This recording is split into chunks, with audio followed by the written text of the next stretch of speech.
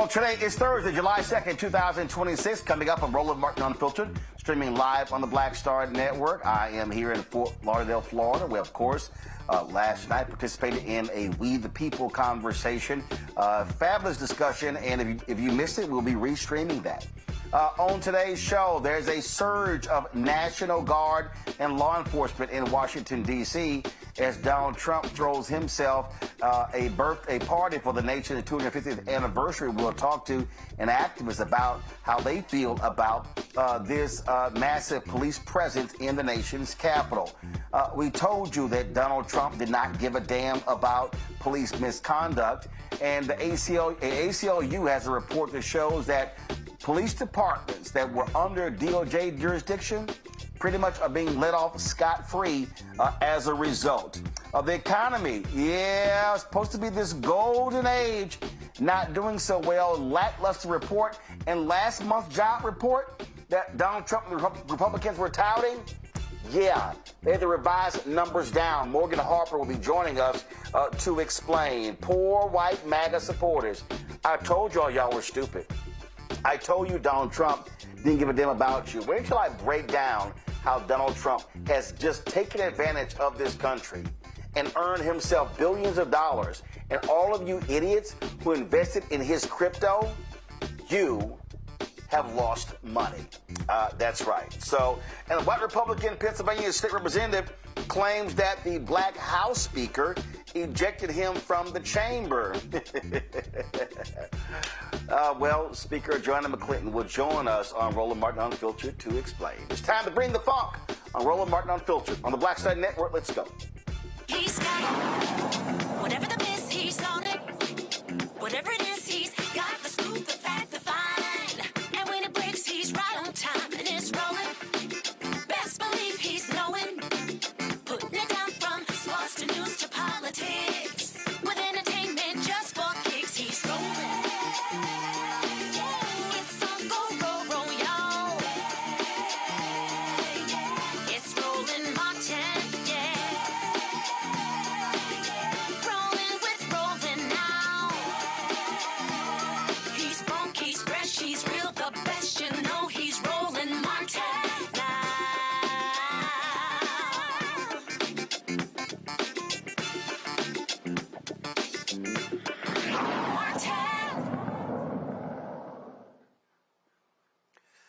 The death of one-year-old Cohen Wiley, who was shot and killed by cops in Senatobia, Mississippi, has been classified as a homicide. That one-year-old was shot and killed in a Walmart parking lot on June 14th during an attempted arrest of an alleged shoplifter. Well, newly released autopsy findings obtained by the family's legal team has raised questions about what the police say happened during the shooting.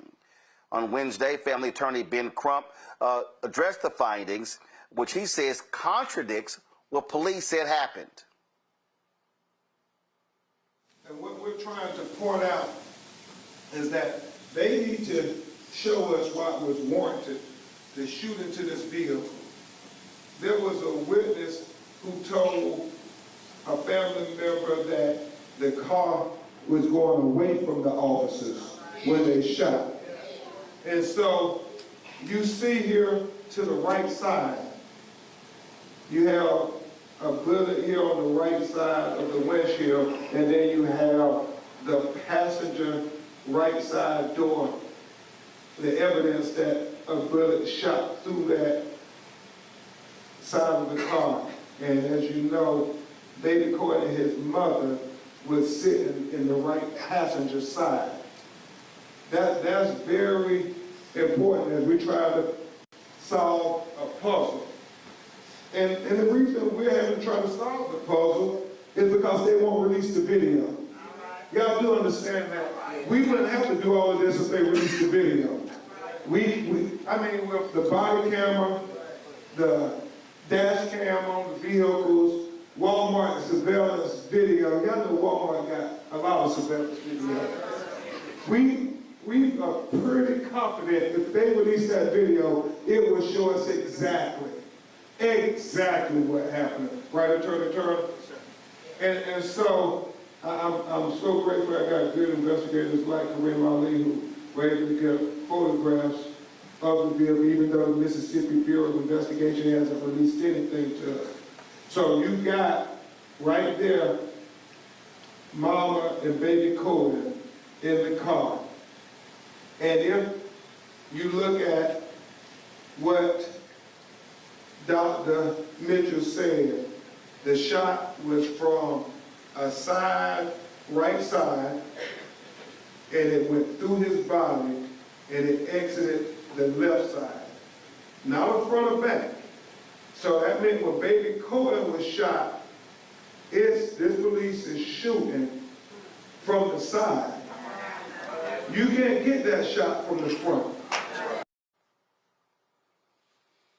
We talk about this a lot on this show, that what often happens when police know that it was a proper and just shooting, they will quickly release body camera footage, dashboard camera footage, but they have not done so. We've seen this before, and typically they'll say, well, the Mississippi Bureau of Investigation, they're leading this investigation, but the same thing happens.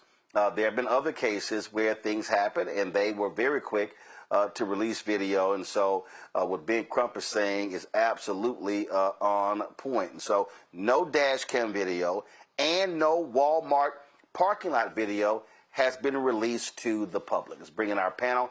Dr. Greg Carr is chaired, Dr. Greg Carr is with the Department of Afro-American Studies at Howard University. Joining us from D.C., Dr. Derek Jackson, State Representative from Georgia out of Atlanta. Dr. Larry J. Walker, Associate Professor, University of Central Florida out of Orlando. And so, yes, we have 3 alphas on today's panel. All right. Appreciate it. Thanks a bunch. This is consistent. This is consistent, Larry, with what we've seen in the past. When police, when they know that they've screwed up, they will slow walk the body camera footage, the dash camera footage, and that's what you see going on right here. They're trying to outlast the outrage. This is all, a media communication strategy that you know better than anyone else, Roland. As you said, they're trying to slow walk this and hope that the local and national media will forget about it. But killing a 1-year-old child is unforgivable. And we do need to see the body cam footage. And I think your point about the numerous times in which they've released it, when they think, like you said, when they think that the shooting is justifiable, that information gets released quickly. But in this case, apparently, the death of a 1-year-old black child is not worth the very easy task of releasing the footage. Not only, like you said, in terms of that body cam footage, but in addition to that, Roland, in terms of, like you said, Walmart and any other video that's available. This is atrocious. I mean, it's unforgivable, as I said, and we really need to get to the bottom of this. There are things like this that give me nightmares as a parent, and is another example of when in law enforcement behaving in a way that another black body is lost, particularly a child whose life has just begun and never had the opportunity to actually live. So once again, we need to see all the audio and visual evidence to find out exactly what happened with this particular horrific murder. Well, what just often happens, Derek, when we have these cases, and again, you have a cop that says, oh, they were coming towards us with the car. Again, let's look at what we're talking about here. This wasn't a capital offense. This wasn't somebody being held hostage. This wasn't a kidnapping. This wasn't a mass shooting. The call was an alleged shoplifter. And I just don't think when you're police, you come on the scene, your first reaction, let's pull my gun out and let's fire into a car that had 2 women and a child because over an alleged shoplifting of some diapers. You're exactly right, Roland. I mean, this scenario did not warrant the use of deadly force.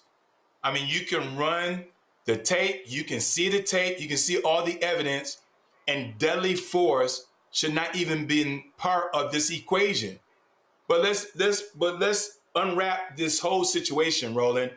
You got a DOJ that not going to do anything. You don't have the civil rights of the DOJ there to assist in this matter. You have a climate where the individual that's occupying the Oval Office saying, hey, I'm going to give police immunity. I'm going to pardon them. And so, unfortunately, we have this 1-year-old soul where the family is demanding justice. And Ben Crump is spot on. But the individuals who are slow walking this, they're looking at this saying, we don't have to worry about the federal government stepping in. We don't have to worry about the DOJ. We don't have to worry about the civil rights movement. And eventually, those who are protesting will eventually go away. Well, what we could continue to have here, and this is just a reality, Greg, police know they can operate impunity. And what you now have is an individual sitting in the Oval Office who has made it perfectly clear, and we're going to deal with this with the ACLU report when we start talking about that. They made it clear that y'all can do whatever y'all want to. There is not going to be any retribution. Trump has said, I want to give police officers 100% immunity to do their job. And when cops know they can shoot and there were no repercussions, they're good with it.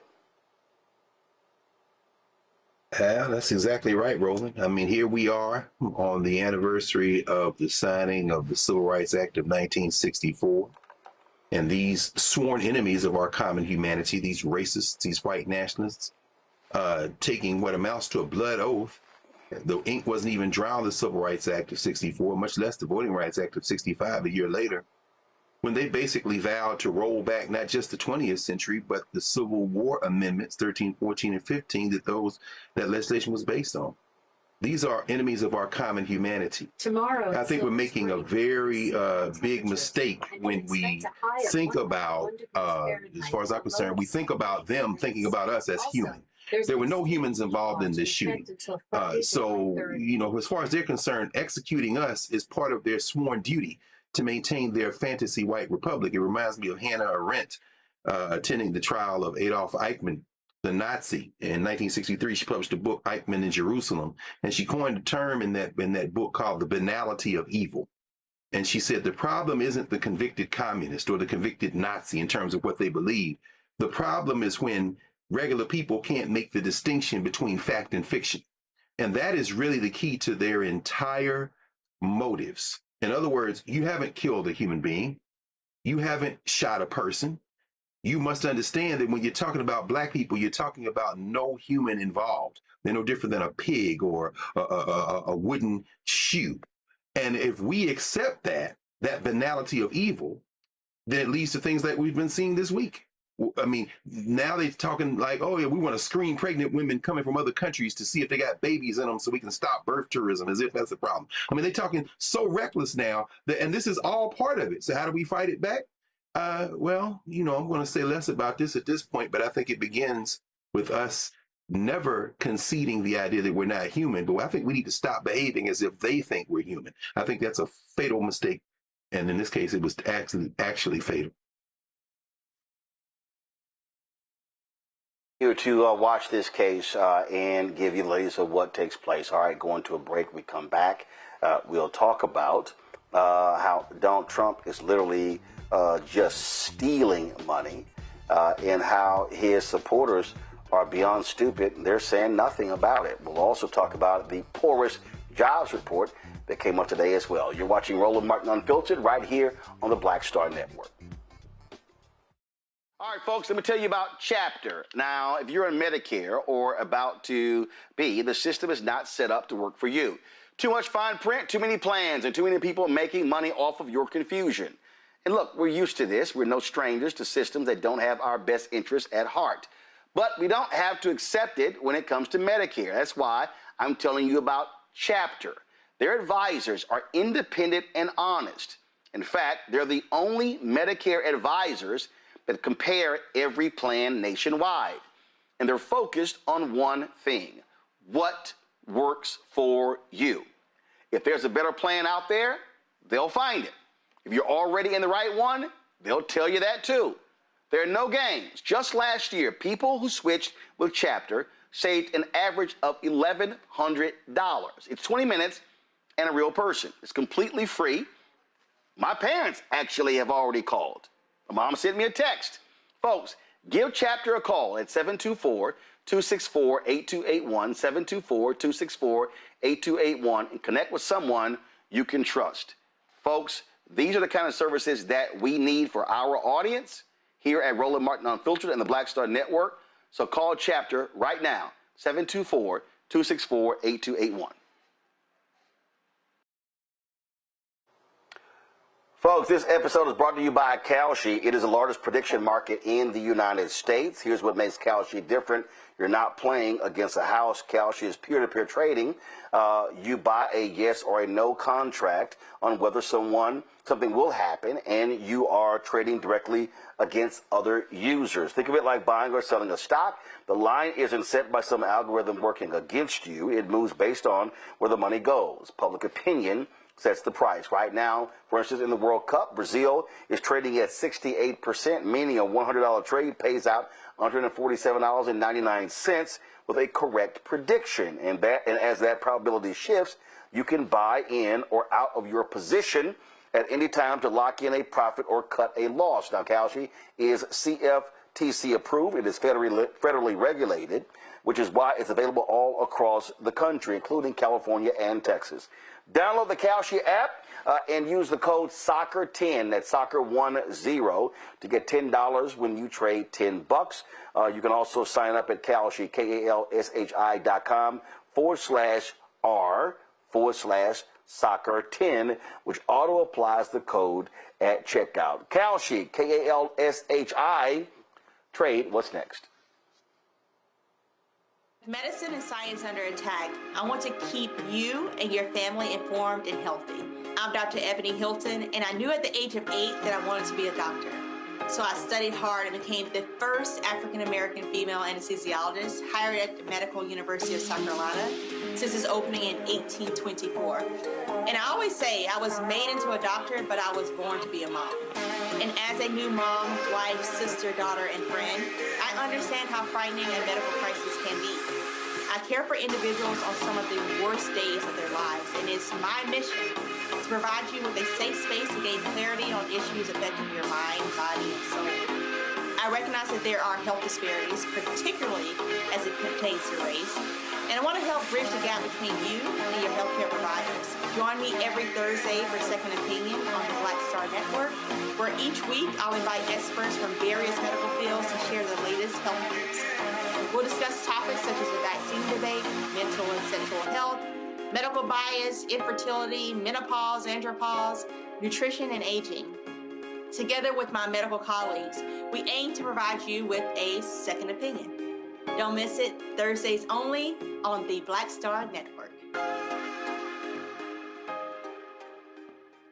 It's your boy Earthquake, giving Roland Martin something to do, because he don't know what to do. He from Texas. Ain't his fault. 1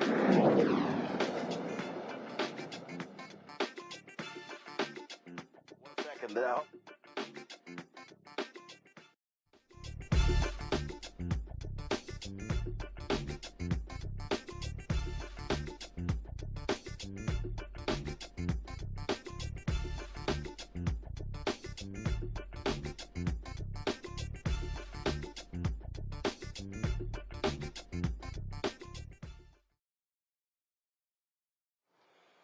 Folks, we told you, we warned you that if Donald Trump got back into the White House, they did not give a damn about any of the Department of Justice investigations that were launched against police departments in this country. We had a real civil rights division under the Department of Justice led by Christian Clark when Biden was president. Well, you don't have that now within Harmoot, whatever the hell that nutcase is. And we're seeing it when it comes to those various investigations the DOJ was supposed to be overseeing in these various police departments. Remember, I just told you in the last segment, Donald Trump made clear he wanted to give police 100% immunity. He did not want them to be investigated. You might remember the last time he was there. You had Attorney Generals Jeff Sessions and Bill Barr saying they wanted to pull back on consent decrees because they said it was hurting the morale of police officers. Well, the ACLU, what they've done is they've actually studied this. They've looked at what has been going on with these investigations, and what they see is exactly what we expected. Nothing. Absolutely nothing. The report is titled Regressive Policing Under President Trump. And y'all know I cannot stand using that phrase with him. It's a one-year update on the ACLU's 7 states safety campaign, launched shortly after the Justice Department ceased its police reform initiatives in 7 states, with as I said, with the Biden administration identified widespread police brutality and racial profiling. Joining us to talk about this with the ACLU is Jen Rollneck-Borchetta. She's Deputy Project Director on Policing, a Criminal Law Reform Project at the ACLU. Jen, glad to have you here. I hate to say I told you so. We used the hashtag, we tried to tell you, but this is what we all said was going to happen. There was no interest whatsoever from Donald Trump in policing law enforcement, and listen, defense attorneys have told us they don't even waste their time reaching out to the Department of Justice because they know they're not going to receive any help in any police abuse case. That's right. Unfortunately, we did know that the Trump administration would take actions to regress on policing. In his words, to unleash law enforcement and to unleash them to target Black people and to engage in police brutality. And shortly after he started his second term, the Department of Justice revoked findings from the Department of Justice under Biden, where they had extensive evidence of police departments engaging in violence and targeting Black people and brown people. And they revoked those findings with basically no reason soon into Trump's second term. And those are places, there were 7 states where the Biden administration the Department of Justice under President Biden found both excessive force and racial targeting. And that we found in looking at all of those places that problems were continuing at the moment that the Trump administration said there was nothing to see here. Let's move on. It is shameful because there are victims. There are victims that we're dealing with, and they don't care. They've made it perfectly clear that they only care about a certain group of American citizens. And what we found, so in our project, we issued records requests to all of these agencies where the Trump administration said that there were no problems. So they were walking away. They were abandoning these communities. These were all cities and places where the Department of Justice was promising reform to end these practices of police brutality and racial targeting, and working with community members who had asked for DOJ's help because of these abuses that they were seeing in their own communities. And we sent these records requests to all of these places to see for ourselves what was going on. And these requests sought mostly use of force reports that police departments keep in the ordinary course of their work. And these were reports that showed us what was happening in early 2025 when the Trump administration walked away from reform and abandoned these communities. And we found that there were problems continuing. Things like, in Minneapolis, where George Floyd was killed, we found examples of Minneapolis Police Department officers putting their knee on someone's neck. In 2025, we found examples in Louisville where Breonna Taylor was killed, of officers who were using force against people who were already restrained. These kinds of problems that really put people's lives at risk. Absolutely. Go to my panel here. Derek, your questions for Jen. Yeah, Jen, I appreciate the work that you all are doing. I know as a state legislator, I use the ACLU's findings, your work, to help me shape policy here in Georgia. But I'm curious, though, based on your findings, specifically around Louisville and Minneapolis, what are some of the conclusions that you're seeing as it relates to the negative impact to public safety, and civil rights. Right, and we're seeing negative impacts on both civil rights and public safety, and of course those things are linked, right? Because you can't really have public safety without civil rights. And what we were seeing were problems in certain areas that it was concerning, both because these are problems in and of themselves, that's concerning, but also because they were the same problems DOJ had identified that these communities needed to work on. So one example is escalating in mental health crises. When they know someone is having a mental health crisis and the police officers engage in actions that actually increase the likelihood of harm and increase the need for force. We saw examples of officers using force. In one example, striking someone 7 times with a conducted energy device, what people commonly know as tasers, against someone who was in a mental health crisis, where that could have been avoided if they'd used de-escalation techniques that DOJ was saying they should be using. We also saw problems with officers using dogs. We saw this in Louisville, police dogs, where this was a problem identified by DOJ, that dogs weren't properly controlled, that they were biting people, and that the officers couldn't get them off of people once they were deployed. And this causes really serious harm if these kinds of tactics aren't properly used. We also saw problems with agencies that weren't doing proper reviews of use of force. I mean, one reason that use of force is so important to document is so that the agency, the police department can itself see what officers are doing, because that's an opportunity to step in, to correct misconduct, and to show officers the proper way to use their authority. And if you're not doing that, then that can really escalate problems with police departments. And we saw, unfortunately, indications in some of these agencies that those reviews really weren't happening, or worse, that those who were doing the review were trying to really cover up misconduct rather than to intervene to correct it. Greg? Thank you, Roland, and thank you, Jen, for your work. I was reading the What Comes Next section of your report, and as you talk about it, continuing litigation, but for records requests and pushing folks and giving more information so policymakers and others can really push for transparency, accountability, and progressive reform. I'm thinking about Harris County, Roland's home ground there in Texas, and how the Texas Supreme Court ruled that the state is trying to stop support for nonprofits that are helping immigrants down there, and as these people are escalating, picking up folk and harassing folk. Have there been attempts to stop the ACLU, either in the lawsuits or by policymakers trying to drain your resources, or prevent you from filing these cases and these records requests? And if so, have you approached pushing back against those kind of things? Absolutely. Unfortunately, there were a lot of agencies that really delayed in giving us information. And, this is information that under state laws, they have to turn over.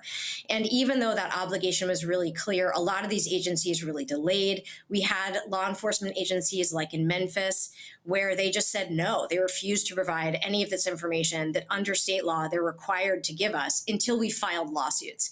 And the problem is not just that takes resources from lawyers like me, but also that, it's really supposed to be that people in communities should be able to get information about their police department so they understand what's going on, and so that they can be informed when they go to their local policymakers to try to get change to protect them from police abuse. And so this was really concerning that we saw so many police departments really abuse their control over police records to really delay and try to cover police actions. But what we're doing is we know that change can happen, and it comes from folks in communities who are really pushing for police reform and working with people who have power in their communities to get that reform to happen. That's the way we really see change in policing. And so we, in this campaign, we partnered with groups in these different states so that they could get this information and then try to take it to their communities and to the people who represent them in their local towns to try to get this change, to keep moving it forward, even though DOJ was abandoning them, and try to interrupt the progress towards reform. Thank you. All right, Larry. Thank you for sharing some of the details on the report. Over the last several months, we've seen, a lot of federal involvement in terms of immigration enforcement in jurisdictions throughout the United States. And I'm wondering if you're seeing anything, some reports, data, and talking to people on the ground in terms of, has that some of these federal interventions in any way supercharged like local excessive force reports at all? And like I said, as you've seen these trends over the last couple of months, Minnesota, among other jurisdictions throughout the United States. We have seen two ways that the Trump administration's abandonment of police reform and encouragement of police misconduct has come up in police departments that are local and state police departments. One is with the federal government sort of coming in and forcing local police departments or pushing local police departments to engage in these aggressive tactics. We're seeing this in Memphis, for example, one of the places where Trump tore up findings of racial targeting and excessive force. They then went in under an order from Trump with federal agents to really flood Memphis with both federal agents and state and local law enforcement working together on this, using the same tactics. That there's been excellent reporting showing that these tactics are racial targeting and that they're using excessive and aggressive tactics. So the same ones that Memphis was supposed to get reform on, now Trump is turbocharging those with this influx of federal actors. And we also see that that's sort of encouraging aggressive and racially targeted practices from other local police departments. Jen, tell folks where they can go read the report. You can find it on our website, aclu.org. It's called Regressive Policing Under President Trump. We hope you'll read it and that you'll help to fight back against police abuse. All right, Jen, we surely appreciate it. Thanks a bunch for the great work. Folks, we'll be right back on Roland Martin Unfiltered on the Black Star Network. Don't forget, support the work that we do. Join our Bring the Funk fan club. Our goal is to get 20,000 of our fans contributing on average $50 each a year. It comes out to $4.19 a month, 13 cents a day. You want to support our work via Cash App. Use a striped QR code. You see it right here. If you're listening, go to blackstarnetwork.com for ways to give. Checks and money order, make it payable to Roland Martin Unfiltered, P.O. Box 57196, Washington, D.C., 2003 7-0196. PayPal's R. Martin Unfiltered, Venmo RM Unfiltered, Zelle, Roland at RolandSMartin.com, Roland at RolandMartinUnfiltered.com. We'll be right back.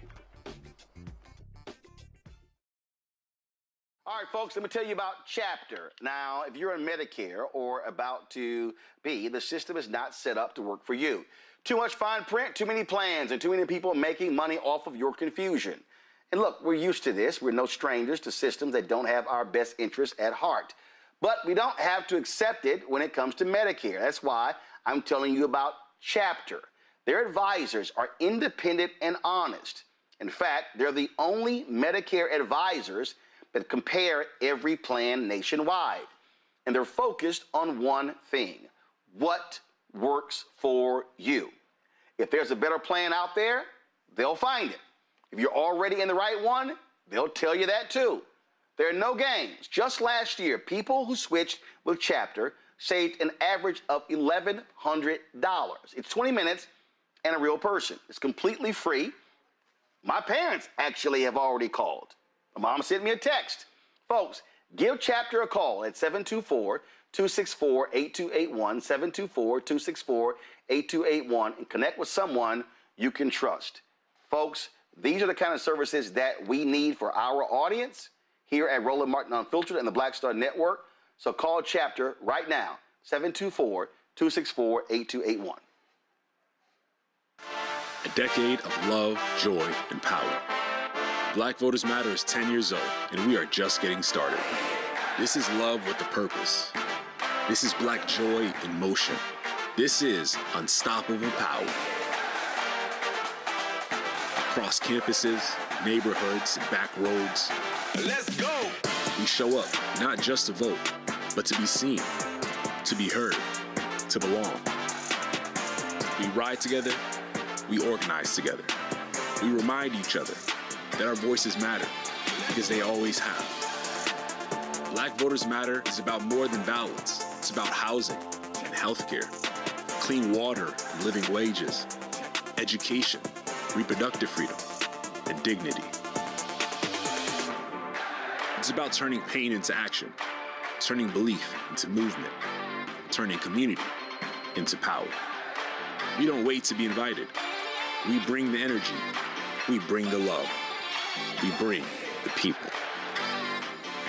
Because when Black communities come together, we don't just survive, we thrive. This is how change happens. This is how history moves. We organize, we build, we win.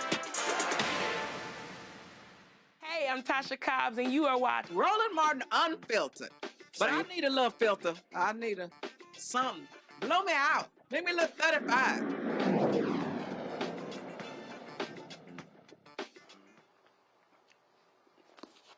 Folks, I have been reading Howard Bryant's book. You might have seen our conversation with him. It is called Kings and Pawns, Jackie Robinson and Paul Robeson in America. It's a fascinating book. And what it deals with this clash that took place between two individuals who actually never, ever met. I'm still stunned that Paul Robeson and Jackie Robinson never met, considering they were, in essence, two of the biggest Black figures in America at the time. And it talks about when how Branch Rickey pretty much wanted Jackie Robinson, and how he arranged and set it up for him to testify before Congress against Paul Robeson. And Paul Robeson was being branded a communist, and Paul Robeson wouldn't fall for the okie doke. And Robeson was making it perfectly clear that he was a patriotic American, but he was not going to simply have the same view of patriotism as white folks. And so Jackie Robinson was being hailed as the right African American, the right person. They love that phrase, be a credit to your race. And so Robinson testifies before the House Un-American Committee. But when you understand Jackie Robinson in this book, you'll see that as he continued his career, his view of America changed. His view when it came to the flag changed. When it came to the Star-Spangled Banner changed. In fact, if you read Jackie Robinson's book, I Never Had It Made, he said that he couldn't salute that flag and the Star-Spangled Banner because of how Black folks were treated. Then you start thinking about Black folks in the military. You start thinking about what they endured, and after World War I and World War II, Black soldiers were coming back, and there were fights in depots, like literally as they're getting off of the trains. How in World War II, Nazi prisoners of war were put in the cars ahead of Black soldiers, and these were Nazis. We can go on and on and on. And so what white folk don't seem to understand is Black folks' perspective of American patriotism is far different from theirs. It's apple pie. It's everything is great. America is wonderful. That is not how Black folks actually see it. And Associated Press did a poll dealing with this whole issue, and it shows you the different view. 3 out of 10 African Americans said that they display the American flag. Just 22% view it as a unifying symbol. In contrast, 55% of white Americans see the flag as a unifying symbol. Researchers explain that many Black respondents have a different perspective on the flag due to the historical context of slavery, segregation, and ongoing racial discrimination. Participants also say the flag represents not only what Black Americans have fought to achieve, but also the freedoms the country has yet to deliver. You've heard me say this also. Every time you see an instance of police brutality, there is a U.S. flag that is on the shoulder of that police officer. So this poll is not shocking to me, Greg. And this right here is the point that a lot of people don't seem to really understand. In fact, I'm going to pull it in a second. We're going to play it. There's been a lot of conversation when Obama answered a question about white slaveholders and was still calling them genius. And folks are like, man, what the hell are you talking about? And this is the thing that people don't get. And Greg, in light of folks who don't understand how W.E.B. Du Bois laid this out, this view for black people, that it's this sort of, this two-face, this two-ness, and how we've seen this country, and we still view this country in a completely different way than white folks, even if you're an African American of means and you have risen to a certain level. Yes, sir. Well, I mean, I think for Dr. Du Bois, as for so many others, the idea of patriotism is the problem. In many ways, patriotism is a step toward fascism. And for Dr. Du Bois, who talked, as you said, in the souls of black folk and for a decade of the 20th century about that double consciousness, whenever feels his consciousness as an American and Negro, two warring souls in one dark body whose dogged strength alone keeps it from being torn asunder. That's a problem that Du Bois grappled with, but he lived another 60 years. And by the time he left for Ghana, and of course you stood at his gravesite, you stood at the gravesite of W.B. Du Bois and Shirley Graham Du Bois there in Accra. He understood that he was a citizen of the world, as was Paul Robeson. And of course, anybody who has missed the conversation you had with our brother Howard Bryant around Kings and Pawns owes it to himself, I think, to go back and watch that in the Black Star Network archive. Because Howard does trace that fight, the 1950s, the so-called Red Scare. The Red Scare relied on the idea of patriotism to try to split black people in the United States off from the struggles around the world. And they were largely successful. So many Negroes wrapped themselves in the flags, but not the rank and file black folk. We're talking about the kind of black elites who may try to negotiate differently than the masses of black people. When we see our friends, we just passed the birthday of Dory Ladner, the late Dory Ladner ancestor. Her sister Joyce still lives here in the D.C. area, Hattiesburg, Mississippi. Those SNCC students waving flags weren't doing it out of patriotism. They were doing it to raise the question of the hypocrisy. How dare you assault us with these flags? They stood outside the funeral at 16th Street Baptist Church. There's a famous picture of Dory Ladner standing there with an American flag next to Donna Moses, now Marimba Ani, as we know. And I raise all that to say this, finally. The question of patriotism is really, in many ways, the question of how you try to mash everybody into one concept of being human and cover it up with a lie. Sinclair Lewis, the writer, said that when fascism comes to America, it will be wrapped in the flag and carrying a cross. And so black people reject that, including black people in the military. You will never find me waving an American flag. And as Jack Robinson said, he could not stand for it when he, as you said, and I never had it made. He said, I can't stand for it. This man was a veteran who they tried to run out of the army. This is a man who had near the end of his life, he didn't even make it to 60 years old. Hair snow white with diabetes. His wife, Rachel, who still walks the earth, is like, the stress alone sent my husband to an early grave. Jack Robinson was like, I will not salute the flag. I know what it cost. And so, yeah, it's a complicated story, Roland. I'm glad you're raising it here on the eve of the 4th of July, because it's not something that black people talk about publicly much, it seems to me. Larry, we're going to be airing after this show the famous Frederick Douglass speech, what does it mean to the slave of the 4th of July? And what I had a bunch of different entertainers and others and activists who read different portions of that speech. And I thank Pauletta Washington, Sam Jackson, and others who did it. And so we run that every year about this time. And when I think about that, I think about those amazing Harlem Hellfighters, World War I, who saw more combat than anybody else. More than 3,000 went to World War I. Half came back. And how they were received by the French. And how the French embraced them and shared with them. And then a memo was written. Now these are black soldiers fighting on behalf of the United States. And a memo is written and is sent to the French to admonish them to stop treating the black soldiers so well. The memo says, don't do this because they might have other feelings about how they should be treated when they come back home.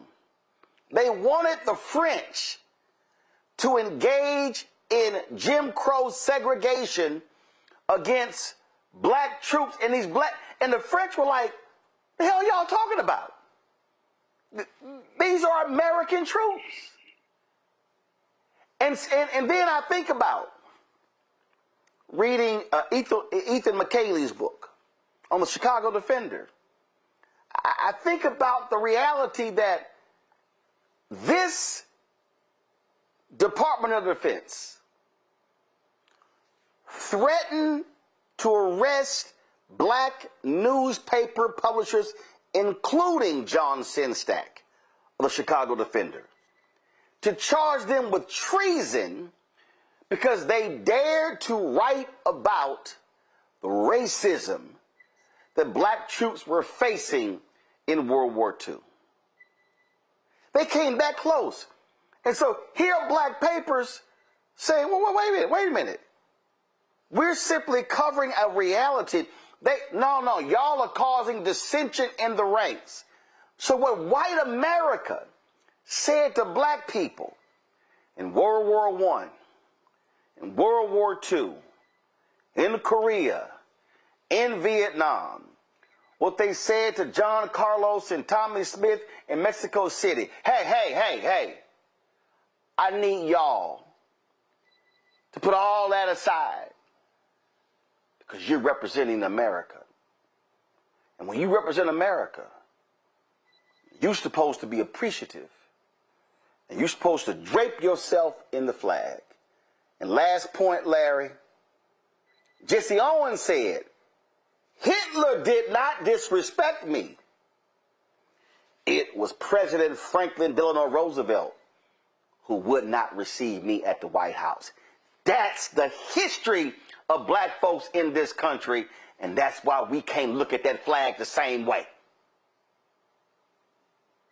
Roland, you preached the whole word, and we really need to have a series on this. And so let's unpack a few things in this complicated relationship that black folks have with patriotism, the flag, etc.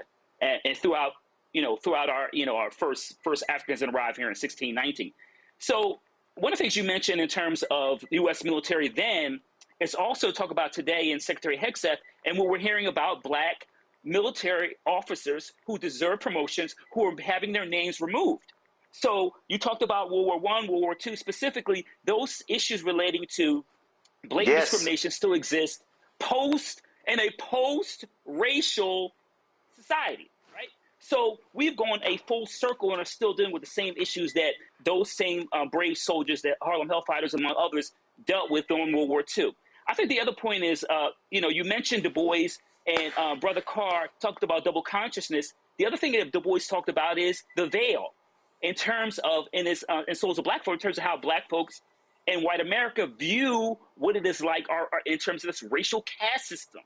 And so black intellectuals and other folks, civil rights leaders, have been talking about this complicated relationship of how we view the flag for decades. You talked about Frederick Douglass, right? Who predates Du Bois, right? We keep talking, once again, that full circle moment.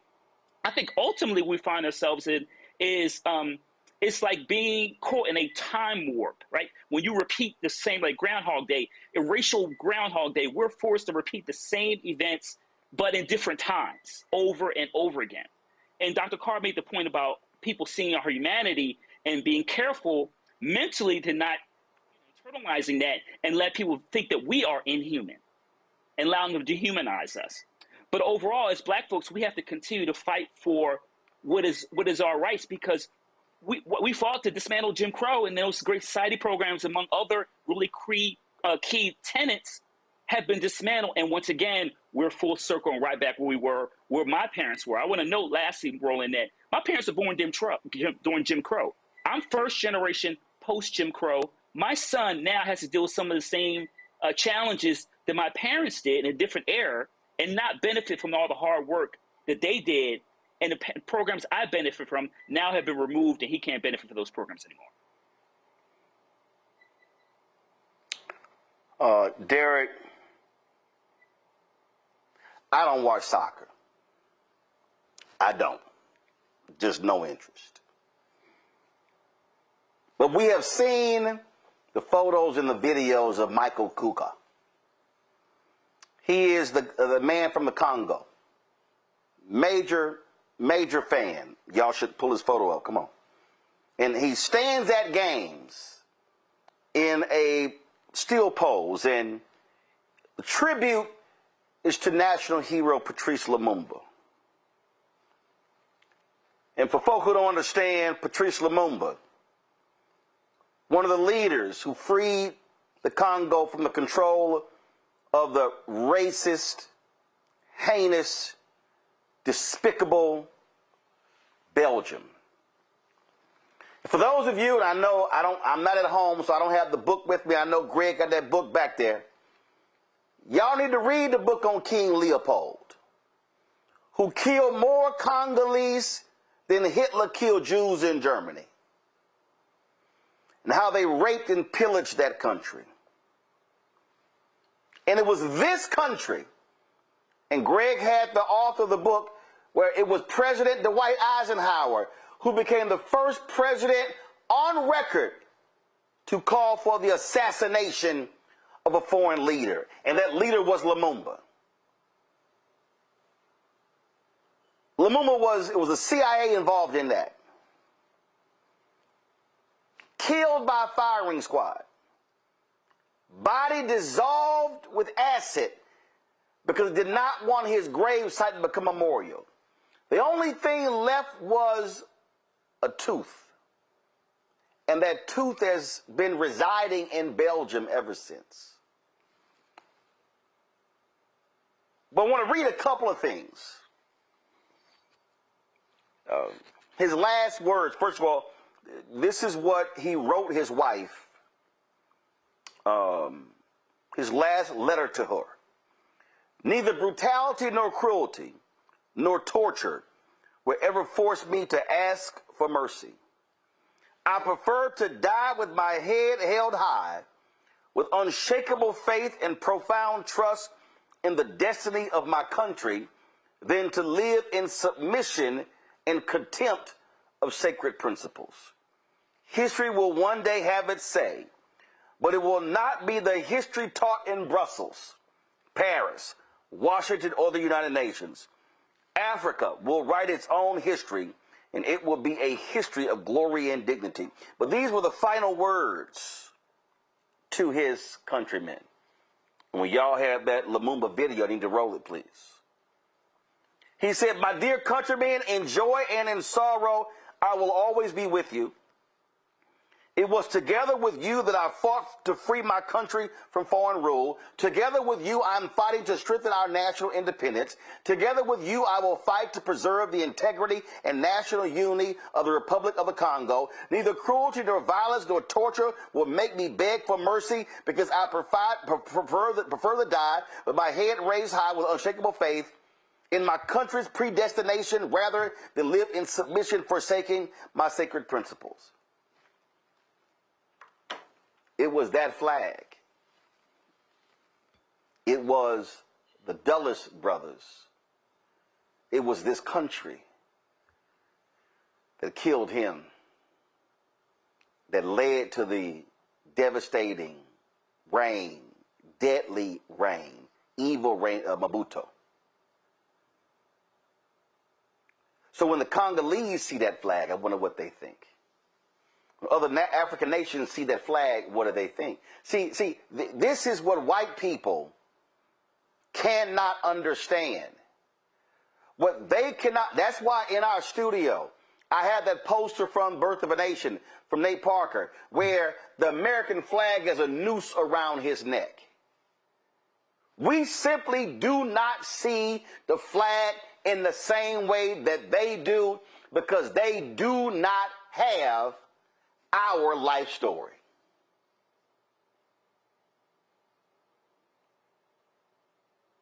Reason why we don't view that flag the same way. And I certainly agree with my dear brothers. We don't see it the same way because we take a comprehensive view. See, for those who say that we should wrap ourselves with the flag, they talk about the triumph. But we see tragedy and scars with this flag. We see that this Constitution, that for those of us who served, and I served 22 years, I'm a retired lieutenant commander. Our oath is on a flawed document around the Constitution of the United States against all enemies, foreign and domestic. And so while we're out there serving, we see America doing something very different. I mean, it's incredulous when they say we want to export democracy to these other countries, but yet they're not practicing democracy right here in the United States. We have a long history. Let's go back to the 13th, 14th, and 15th Amendment of the Constitution. So this country, where I had the opportunity to serve for 22 years, I raised my hand and gave the oath. But before they can even free those who look like us, before they even talk about the 13th Amendment, 14th Amendment, 15th Amendment, they were talking about guns. The Second Amendment, they were talking about search and seizure. They were talking about all the other things first. We don't look at the flag the same way because they do not have the scars. They don't carry the scars the same way. Let's unpeel this just a little bit more, deeper, right? I mean, when you look at slavery and you want to put in the Constitution that we're 3/5 of a man, so every military black man in all the wars that you described, the very thing that they wanted most, Roland, they wanted to be looked upon as a man. I just finished watching the 24th on Netflix, and he gave his life at the end because he said, I am a man. I'm not just a subject. You don't want to send me to war. You treat me in one manner, and you saying I'm going to serve this country. You want me to wrap myself with this flag, but you don't even see me as a man.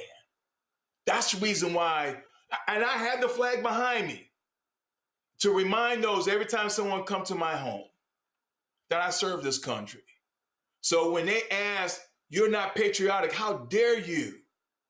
And I know we're going to talk about this later on, about how they arrested an individual, a military officer, because he is trying to do exactly what the oath required for him to do. The problem is, Roland, he's doing it against a person that is a 34-time felon. As a person that has enriched himself, as a person that has trampled on this country's Constitution, has trampled against the rule of law. He has done everything what the Uniform Code of Military Justice, Article 88, told me not to do as a military officer. That's the reason why we do not see this flag the same way as others who embrace this flag the way we do not embrace it. It is complicated. Yeah. Yes, we serve this country. Yes, we are a man. And that's why. You cannot disrespect us. And that's why when, as they are celebrating America 250, we have these shirts up on our shopblackstarnetwork.com site. And y'all go ahead and pull it up for me. I'm going to read Paul Robeson first. I'm going to read Paul. Is that, no, y'all have the James, I'm going to do the Paul Robeson first. So let me read for y'all the Paul Robeson. And again, see, what Donald Trump has done, Donald Trump wants to present that other view, that other perspective of American history. And see, what they want to do is they want to present the whitewashed view of American history. But for us, it's about truly sharing with you what freedom fighters stood for. This was what Paul Robeson said. This is our home, and this is our country. Beneath its soil lie bones of our fathers. For it, some of them fought, bled, and died. Here we were born, and here we will stay. And we're actually making a change. We're going to put America 250 above that. See, I want us to have a different perspective. This is the James Baldwin shirt. I love America more than any other country in this world. And exactly for this reason, I insist on the right to criticize her perpetually. That's why we have a different perspective of the flags. Quick break, we come back. We'll chat with Morgan Harper about the new job numbers and what happened to this golden economy we were promised. You're watching Roland Martin Unfiltered on the Black Star Network. All right, folks, let me tell you about Chapter. Now, if you're on Medicare or about to be, the system is not set up to work for you. Too much fine print, too many plans, and too many people making money off of your confusion. And look, we're used to this. We're no strangers to systems that don't have our best interests at heart. But we don't have to accept it when it comes to Medicare. That's why I'm telling you about Chapter. Their advisors are independent and honest. In fact, they're the only Medicare advisors that compare every plan nationwide. And they're focused on one thing: what works for you. If there's a better plan out there, they'll find it. If you're already in the right one, they'll tell you that too. There are no games. Just last year, people who switched with Chapter saved an average of $1,100. It's 20 minutes and a real person. It's completely free. My parents actually have already called. My mom sent me a text. Folks, give Chapter a call at 724-264-8281, 724-264-8281, and connect with someone you can trust. Folks, these are the kind of services that we need for our audience here at Roland Martin Unfiltered and the Black Star Network. So call Chapter right now, 724-264-8281. Melanie Campbell, National Coalition on Black Civic Participation and Black Women's Roundtable. And we are watching Roland Martin Unfiltered all day, every day, 24/7. Spread the word.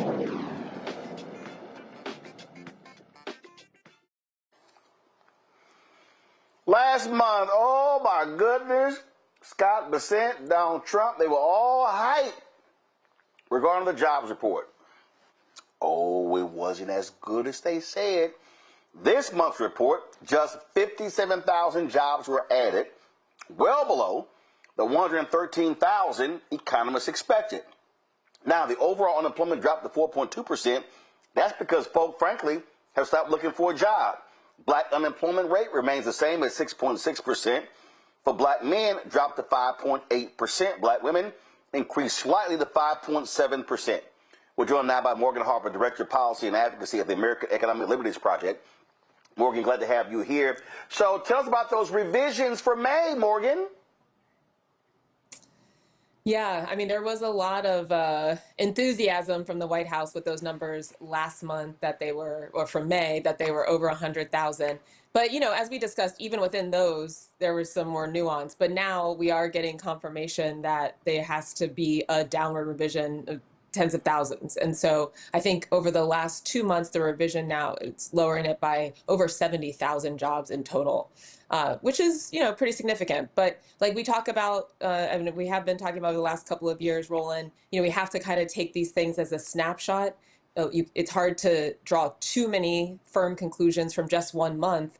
But even looking at the last couple of months, I think we continue to see an economy that has these little signs of vulnerabilities, and that, you know, all is not well, despite what the White House might be saying. Well, this is the thing that I think we can draw, and that's this.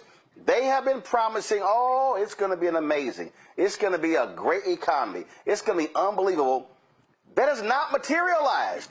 And they could, I mean, in fact, I think CNN or MS Now, one of them, put a mashup together of all of these moving of the goalposts when it comes to this comment, and they keep promising, oh, no, the next quarter is going to be amazing. It's going to be stunning. It's going to be incredible. It hasn't happened. Yeah, and I think this month, seeing that we have just over 50,000 jobs now, the White House and some of the analysts on Wall Street that are responsible will be like, well, that's growth that's happening. But you dig in and kind of like one of the things you highlighted at the beginning, you see folks that are not getting full-time work, even though they want to be working. So folks that are stuck in part-time jobs, that seems to be increasing. And actually, if you look at those that are working more in part-time than full-time, that unemployment, you're seeing that unemployment rate of 7.9%. So that does feel a little bit more like a statistic that is incorporating the facts of reality that people are experiencing. As yes, I might have a job, but I'm not working as many hours that I would like to, or that I could be working. And it's not the type of stable job that someone might be looking for. I think another interesting indicator right now is, connected to that labor force participation and how that might be declining, is people who are out of work are staying out of work longer, and much more so than even a year ago. That share is up to 27.3%. And then, in terms of the age group, where who are these people that would be working more if they could, but they aren't? It is this prime age, people who are in their mid to late 20s, all the way up to early 50s. These are your primary, for all of us, primary earning years. It's when you could be working a lot. You're less likely to have health problems. And we have folks in this category that are not working as much as they would like. That is not a good sign at all. The other thing that I would note, and this is something that we've talked about before too, is the type of job. One of the areas that we continue to see in these numbers too that is creating jobs is healthcare. And though, that again, not lining up with this promise of the booming manufacturing economy that we've heard from the administration. And even where we are seeing an uptick in a different category than has happened in prior months. So this month's numbers is showing an increase in jobs created in the professional business sector. That is, if I could think of something that's probably the opposite of manufacturing jobs, it would be, professional business sector. That's a good thing. Jobs created, good. But, those jobs, I would think, more likely to be higher income earners, more likely to be people who could have advanced education. And this is getting to one of the other themes that I think we see this month that we're going to have to continue to monitor, that has been in many ways the story of the American economy over the last several decades, really, is this break between those who are in more wage jobs, lower income earners, and folks that are earning six figures above, millionaire, beyond, that continue to see growth in a strong economy. And so that's why another indicator that they look at from the White House that we're seeing over this last week is that the stock market is doing well, despite all of these areas of uncertainty for the average person.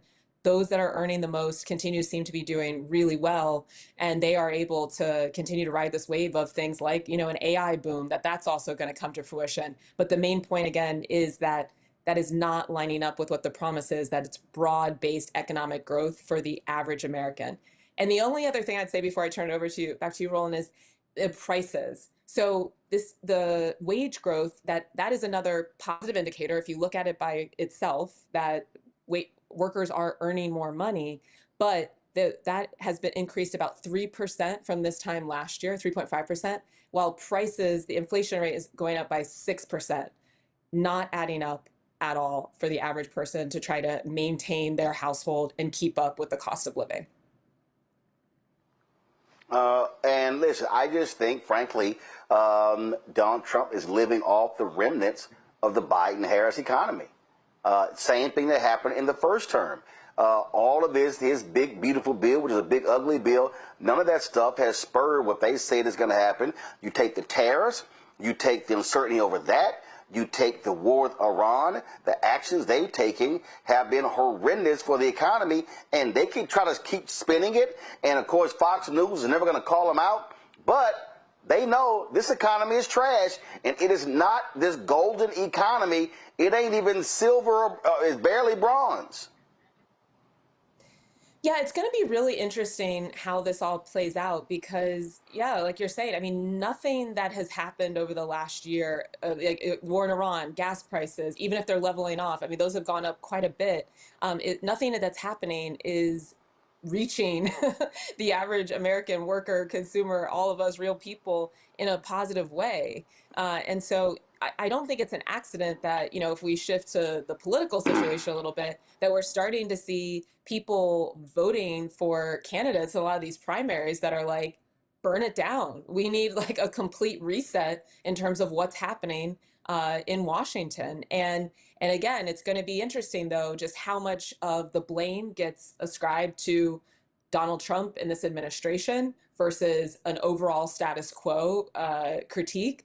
And how much they're going to be able to really trick people into thinking that they've produced good results when the numbers just aren't showing that at all.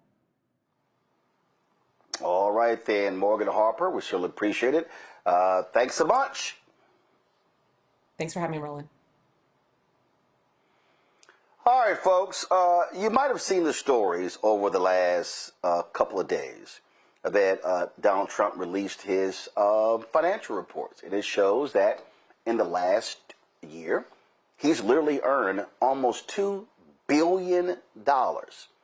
Most of that is through crypto. Oh, y'all remember what he said about crypto in 2019? Pull it up, please. This is what he tweeted. I'm not a fan of Bitcoin and other cryptocurrencies, which are not money, and whose value is highly volatile and based on thin air. Unregulated crypto assets can facilitate unlawful behavior, including drug trade and other illegal activity. Well, then again, when you are a twice impeached, criminally convicted felon in chief, who also has been found liable of rape, then you don't mind unlawful activity. And so Donald Trump all of a sudden has embraced crypto. And here's what's hilarious. His poor little white fans, the people who think he is a little G God, they have gotten taken to the cleaners. One person who invested some $33,000 in Donald Trump's coin, it's now worth less than $100, is angry. Not at him, but at the Democrats. I'm still trying to understand that one. These people have been taken to the cleaners, and they still love him to death. Y'all heard me say he wouldn't even let these people walk through his hotel lobby. And what we are seeing is the greatest crime of anyone in the Oval Office. Y'all, you know it's bad when the Rupert Murdoch-owned conservative Wall Street Journal in an editorial calls out the way Donald Trump has enriched himself. And y'all, they ain't even hiding this.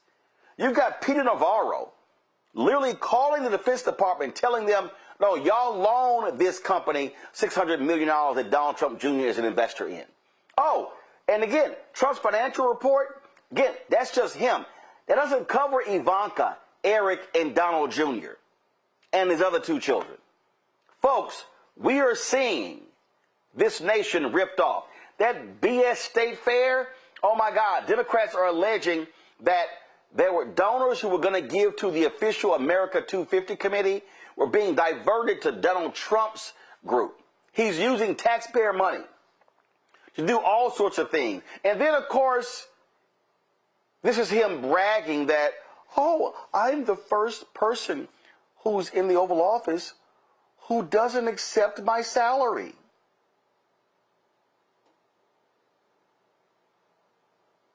Y'all have the clip? So, this is what's crazy. I want to bring in Tim Wise right now. Tim has been on the show before. Tim, anti-racist educator. Tim, you've called these people out in speeches and others. And I'm just sitting here going, don't you idiots, we try to tell you idiots this. That man don't care about y'all. He ran for president again to stay out of jail, and so he can get rich. And the broke white folks who love him, who buy, them fools bought his little cheap ass watch. They bought the watch. They buy his coins. They buy his Bibles. They buy all this stuff. And you know what, Tim? To him, they're nothing but marks. They're just marks. So check this out. Trump, in the last year, tax documents show, Trump made $10 million. He made $4.7 million on those cheap ass watches, $1 million on the art of the deal, $208,000 on the God Bless the USA Bible with Lee Greenwood. His Trump coins manufactured by a Chinese company, $493,000. Trump's 2023 picture book, A MAGA Journey, $552,000. How to Get Rich book, $15,000. A picture book of letters written to Trump called Letters to Trump, $590,000. His 2024 picture book, Save America, $1.89 million. The Trump sneakers and fragrances, $67,000. The 45 guitar, $35,000. The Think Like a Champion book, $5,000. Why We Want You to Be Rich book, $2,500. The Way to the Top book, $1,000. And all his broke ass supporters, they're at the bottom. Right. Well, the problem, you know, is that when you have, in fact, been taken for a ride the way that these people have been, and for so long, the challenge is that I think there comes a point, there's a tipping point where being able to acknowledge that you've been a sucker becomes almost impossible, right? You get to a point where you just can't face the fact that you have been taken for a ride the way that they have been by such a con man. And so you have to rationalize what you've done. And one of the best ways that you can rationalize it, of course, is by reminding yourself, well, at the very least, this guy hates the people I hate, right? And so I will overlook all of that. I'll overlook the grift and the graft. I will overlook all of the ripoffs. I will overlook the meme coin nonsense. I will overlook all of this corruption because at the very least, I know that on a tribal level, right, he's on my side. He's on my team against the people that I don't like, against the black and brown folks that I don't like, against the LGBTQ folks that I don't like, against all the immigrants and the foreigners who I don't like, against whoever, right, that I don't like. And that's the kind of politics that Trump's been about from the beginning. You and I both know, we all know, because the research tells us, as well as common sense, that it was never about economics for these people. It was never about the price of eggs. It was never about the price of gas. It was never about any of that stuff. It was always about tribalism from the time that he came down the elevator or the escalator in Trump Tower back in 2015 and started talking about immigrants on day one, started talking about, you know, rapists and murderers and drug dealers and all of that. It's been about that from the beginning. And this last election, when many of us thought, and Kamala Harris certainly did, right? When he started talking about Haitians eating cats and dogs. And I remember, we all remember she laughed about it in the debate. And I think some of us thought, oh my God, he's jumped the shark. He's lost his mind. That's going to cost him the election, surely. And of course it didn't, right? Didn't hurt him at all, because that was a symbolic tribal signal to certain white folks in this country, frankly. And, you know, I've been white for a long time. We've had this conversation before. Never underestimate the ability of white folks to put aside all of common sense and their own economic well-being to signal their willingness to resort to tribal politics and to say, well, yeah, I don't have much and he's not going to do much for me, but at least he's going to kick those people harder, right? He's going to punish them harder. At least I know that he's going to stick it to them more than he's going to stick it to me, and I'm not going to be in last place. There's this thing that white working class and lower income and struggling people are willing to do and have been willing to do for 400 years, right? Going back to the colonies for 400 years. As long as we're not last place, as long as there's somebody beneath us, whether that's enslaved black folk, right? Even when we were indentured servants, even when some of us were just one level above enslaved. Well, as long as those folks are permanent servants, enslaved people, then we're better. right? And then later on, well, yeah, we're poor and we're landless and we don't have much, but we're not enslaved, or we're poor and we don't have much, but at least we're not segregated into schools on that side of town, and we're allowed to own property. It might not be much, but at least it's something, and we're allowed to vote. And yeah, we don't like the candidates, but at least we can vote. Like, there's always that ability to be above somebody, and that is a politic that has consistently worked on a certain very large subset of white Americans, and Trump knows that. And that's why he knows that he can get away with all of these things, because there are enough people who will give him a pass on that. And that's the thing that I think Democrats haven't been able to figure out, right? They just haven't been able to figure out, how do you respond to a politician? Because they continue to think that if they just talk about affordability, if they just have a good plan to bring down prices, that all of a sudden white folks will go, oh, okay, you've got a better broadband internet access in rural America, really? Let me sign up for that. Oh, you've got a plan to lower the price of eggs? Oh, okay, well then I'll vote for you. But the reality is Democrats have had better plans for that, and it didn't work. Democrats have had better policy positions, and it doesn't work because they're not willing to confront openly the bigotry and the racism, and to say openly that we are going to confront this legacy of racism in America and demand that America be something better, because they're afraid to challenge anti-Blackness. And as long as they're afraid to do that, we're going to keep marinating in it like we have for 400 years. I specifically told Senator Bernie Sanders, I told Senator Elizabeth Warren and others, y'all need to be talking to white folk. Y'all need to be going to those places and looking them in the eye and say, listen, I said this to Obama in the White House, and I said this to Valerie Jarrett. I said, man, why y'all going to the suburbs of Virginia and Ohio touting the Affordable Care Act? I said, no. Y'all need to go to the reddest, whitest, sickest parts of Alabama, Mississippi, South Carolina, and look them in the eye and say, I passed this for y'all, because y'all are the sickest people in the state. But they don't want to do that. And what you have here, you have the richest cabinet in American history, led by this thug-in-chief. And Democrats should be sitting here saying, yeah, you want to know why your farmers, why y'all filing for bankruptcy? Because that fool sat here again, issued the tariffs. Oh, and while he's issuing the tariffs, he made off with $2 billion in crypto money, and y'all ain't making none. I would be sitting here, all these people, so I just saw some machinist lost $34,000, and this fool is sitting here blaming Democrats because he lost it. No, that's your boy. It is known. The Atlantic has a story where it is well known that you can buy a pardon for at least $2 million and you good. Right. And they need to be and let me be clear. They can talk about that corruption, and they should, but they need to be saying to these white voters specifically that while he is making off with all this money, please pay attention to what he's telling y'all, which is that the reason you're in pain is because of black folk taking your money, because of Somalian fraud, not his fraud, not rich white man fraud, but Somalian fraud. He's playing hide the ball. He's playing 3-card Monty. He's playing, he's doing some David Copperfield nonsense, right? He's playing a magician's trick. So it's fraud, all right. But it's rich white dudes like him.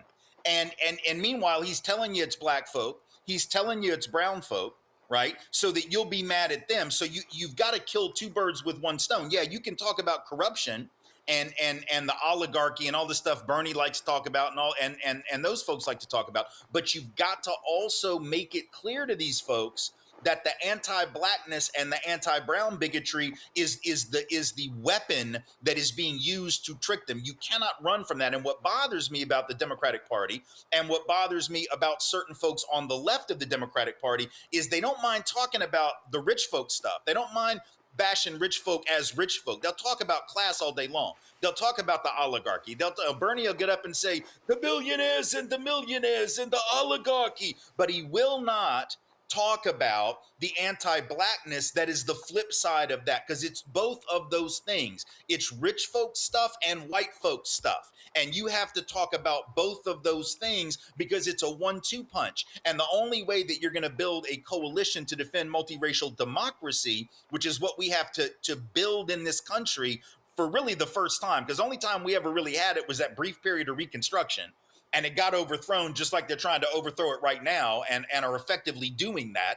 The only way you're going to build it is to call out the rich folk stuff for sure, because the overthrow of Reconstruction was also on behalf of the planter class that was that oligarchy. But you got to also call out the white supremacy. And I'm afraid they're afraid to do that.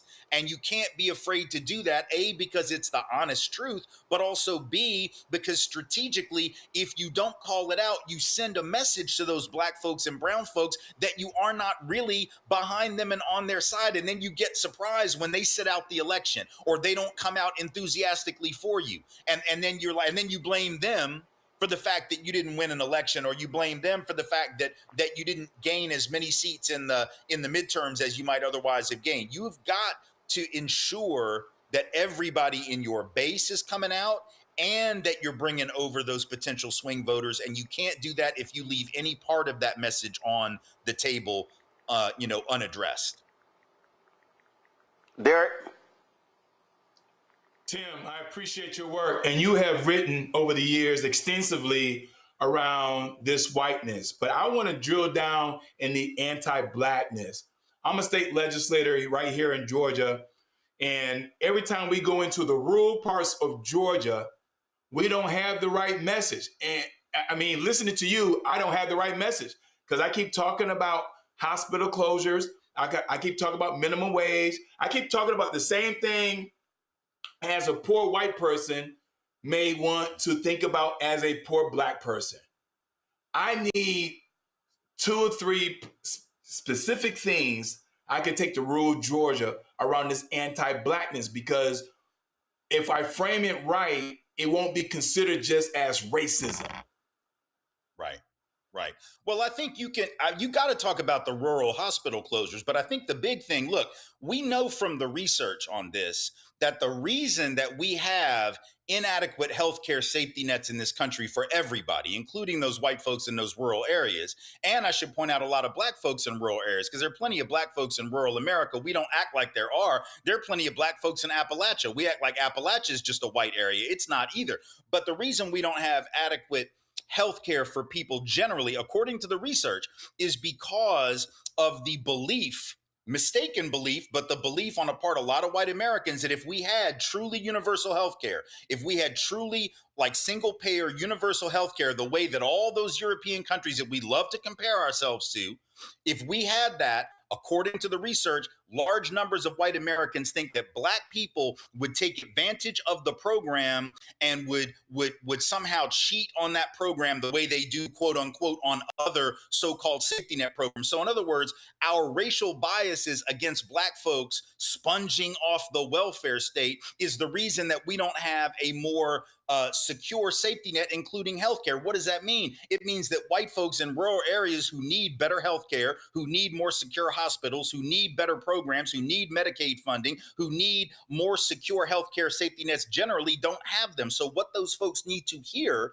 is, yes, number one, these people don't love you. These people don't care about you. These people are more than willing to sacrifice your healthcare for some billionaire's tax cut or whatever. That's the class argument. But number two, what y'all need to understand is the reason that they can get away with this is because healthcare in this country, just like public education in this country, just like public housing, just like public transportation, anything with the word public in front of it has become associated with black and brown people. And once it's associated with black and brown people, it becomes vulnerable to budget cutting. And so these white folks end up getting hurt because any kind of public good, any kind of collective good, anything done for the good of the community ends up being seen as taking from the producers, quote unquote, the makers, as Mitt Romney once called them, which are seen as white people, and given to others, seen as the takers, as Mitt Romney called them, right, which are seen as black and brown folks. So ironically, these folks end up getting hurt as the collateral damage of racial bias, the assumption that those people will cheat the program so we can't have a lot of public health spending, right? So that's a way to connect the issue of race to the issue of socioeconomics. It's not that we don't talk about socioeconomics, we just have to be connecting those issues. And the problem is rural people end up getting forgotten about in the healthcare debate. Why? Because so much of the debate has been about racially scapegoating Black and brown people in the cities, right? That we don't even think about the folks in rural areas. Well, whose fault is that? That's not Black people's fault. That's not brown people's fault. That's the politicians who have spent so much time trying to talk about Somalian fraud, trying to talk about these Medicaid fraud in the cities, Black people taking advantage of the programs that rural people and their needs just aren't even discussed. But that's because politicians are the ones who are scapegoating people in urban areas for all the problems of healthcare, for the problems of safety nets, for the problems of any type of, sort of attempt at public spiritedness at any kind of safety net or so-called welfare program. So I think we go into those areas, but we try to make that connection between the pain that is being felt in a rural community. And this is something that Reverend Jackson used to do. It's funny, when Reverend Jackson died and we had all these retrospectives, it was almost like people forgot. This is the kind of argument that Reverend Jackson was making in 84 and in 88. And everybody, in retrospect, you have people say, Reverend Jackson was such a race man. All he ever talked about was race. And that wasn't true. I remember those campaigns in 84 and 88. And he would go into those farming communities, right? When the farm crisis was hitting in 85 and 84 and 85, 86, he would go into those communities. And this is the argument he would make. He would make these arguments about corporate farms buying up family farms, and he would link the pain that those mostly white farmers were feeling with the pain that Black farmers whose land had been stolen from them, the pain they were feeling. He would link it up with labor union fights in urban areas. He was one of the few people doing that. And yet everybody thought that all he ever talked about was Black folks. And that was so ironic because that was not at all what his politic was. But that just goes to show you how the media spends it. The media acts like all Black folks ever talk about is Black folks, when Black folks actually have the most ecumenical politic of all, talking about everybody's needs, and it's white politicians who ignore Black folks' needs. Yep. Larry and Greg, and I literally. By the way, got I want to 5 say minutes hi to left. Greg. I haven't seen Greg in a of minute. I need to say hi to my he's high school here. friend who I have not seen in a minute.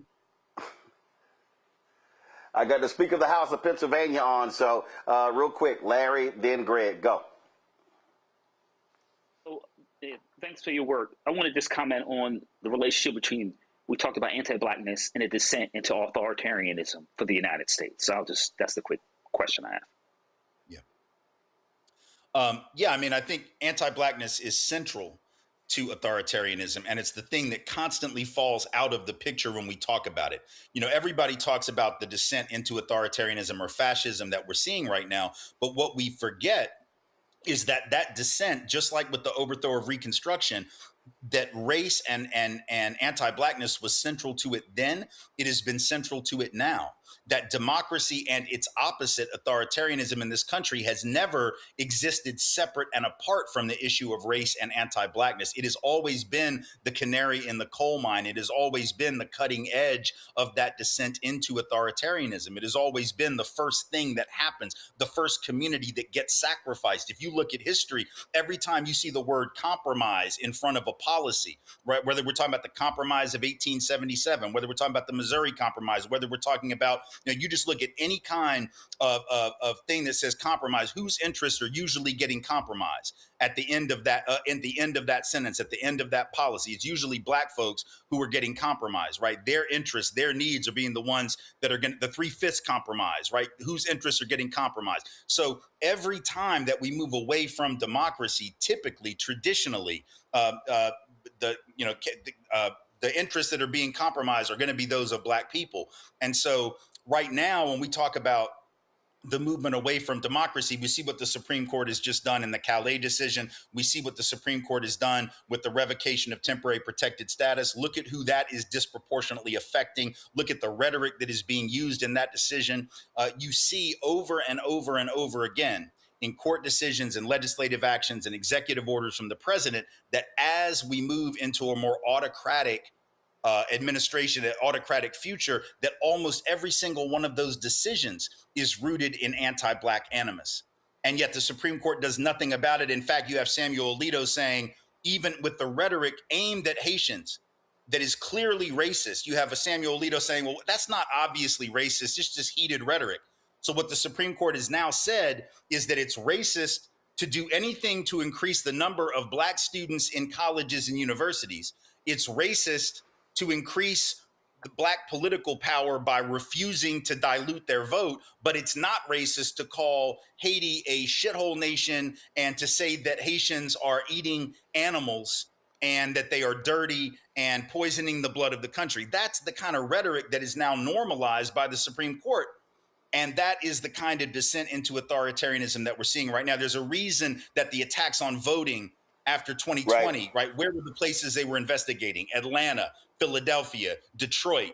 Why? We know why. We know why they were focusing on those communities. We know why they were going after those areas. We know why all the attempts to crack down on quote unquote voter fraud are focusing on Black communities. We understand that, right? Because those are the areas that they are essentially saying, these are the people we don't want voting. These are the people that are not legitimate voters. These are, there's a reason that North Carolina, when they set out to introduce voter ID initially, according to the courts, they targeted Black voters, according to the opinion of the court, with laser-like precision, literally asking for information on what kinds of voter ID did Black people have less than other forms of ID, because that was the kind of ID they wanted to require. Right. The kind of ID that Black people didn't have was the one they were gonna require, right? So you can see the kind of deliberate way in which anti-Blackness is at the core of this. Greg Carr. Thank you, Roland. It's always good to see you, Tim, man. We rep in Nashville. But I'm going to ask you very quickly, just a quick question. As it relates to the country, I don't think this is a nation. It's a country with a lot of different nations in it. And Gary Chambers would say, organize the people who are unorganized and maybe pay less attention to try to recruit some of these folks who have clearly seen themselves as outside of the circle. My question to you is about style, message and messenger, how it works, whether it be Zoran Mamdani or we see Malak Kiros in Colorado, Chris Rabb in Pennsylvania and so forth.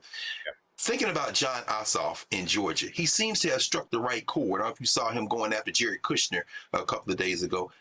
Any thoughts on how perhaps the messenger meets with the substance and maybe distinguish between somebody like John Ossoff in Georgia and maybe James Tallarico in Texas in terms of trying to perfect a message that will bring enough people together who haven't been organized to do that work? And finally, I would say the revolt is going to come from the provinces. I think we too often take a bird's eye view of the United States as if all these people think alike. There are a lot of white people who don't think like those white folks, and a lot of Black people who are just unorganized, and some who think like Trump thinks. Now, he's an avatar.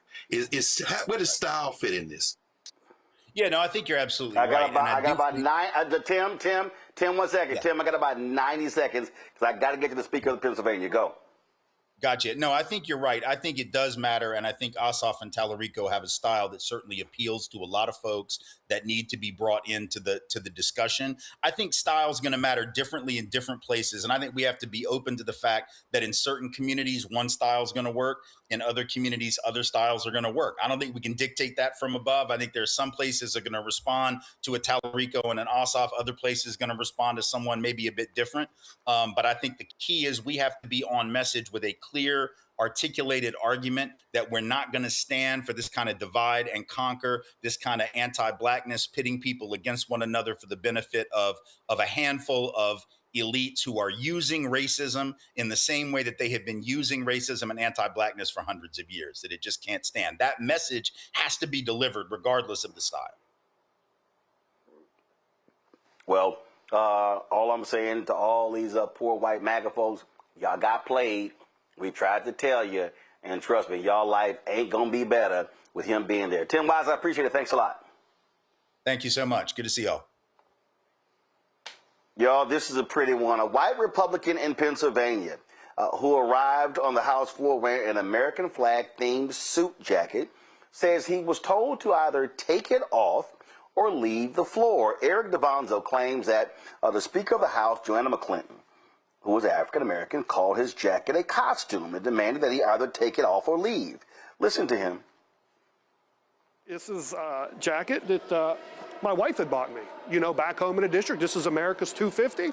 We went to a couple 250 events. We love our country. We love America. So I'm happy to put this on. I'm proud to wear this. That is a very colorful jacket that the representative is wearing today. Very patriotic, I see, my friend. Everybody loved it. Come up, people gave me hugs, shaking my hands. Hey, this is great. I walked in on a floor like I always do, shaking everybody's hands. I make my rounds. Speaker McClinton's asking you to leave the floor. And I'm like, what for? And he said, well, she doesn't like your outfit. She says it's a costume. I'm like, what? And he goes, yeah, it's something you wouldn't wear every day. And I'm like, listen, I would wear this back home, and I'm going to wear it again. 2 to 3 minutes later, one of the security guards come up, tapped me on the shoulder, and he said, hey, the speaker's going to ask you to leave or take your jacket off. America's 250. 4th of July is 4 days away. It's a holiday weekend coming up. Why not wear it? I introduced Made in America amendments. I'm the chairman of the America First Caucus. I just introduced a bill last week that we give everybody in PA, every household, $250 to celebrate America. This wasn't a costume. This is something that I truly believe in. I'm a patriot. Instead of taking my jacket off, I'll see you later. We have an affordability crisis. People can't afford stuff. Instead of coming out here and doing the people's work, no. What are we focused on? We're focused on bullshit issues like this jacket, right? No reason whatsoever. Do the job for the people. Well, Speaker McClinton joins us right now. Glad to have you here on Roland Martin Unfiltered. He's really in his feelings. What happened here?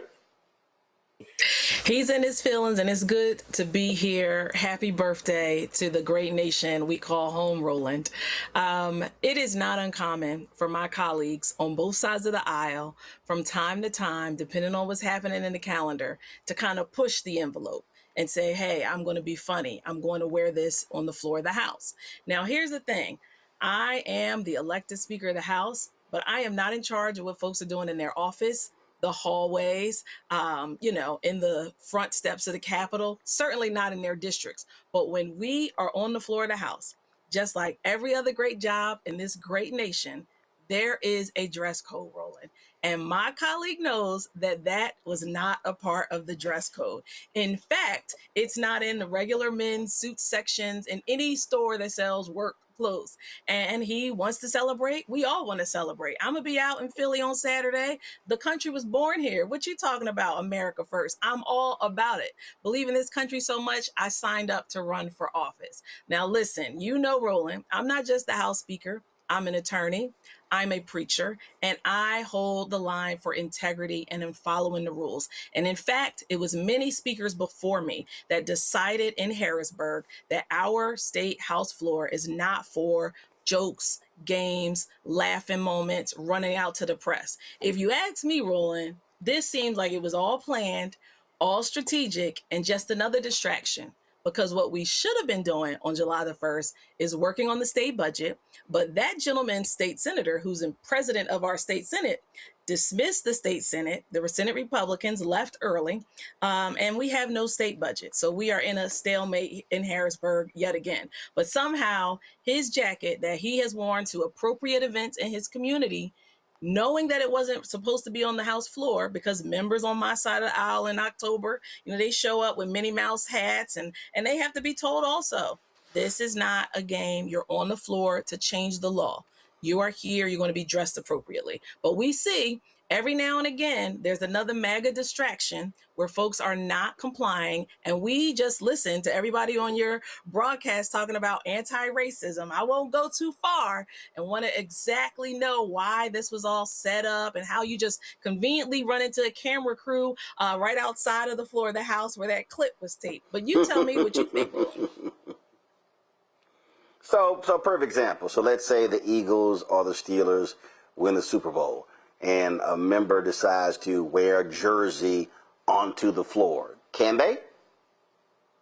No, they cannot. And a member from Philadelphia who shares the same Democratic Party as me did that last year when we had our trophies on the floor of the House. And that member was told immediately by the same sergeant at arms, you must take that jersey off. And this member in front of you did not have on red that day, did not have on red, white, and blue. I had on green, but it's a woman's suit.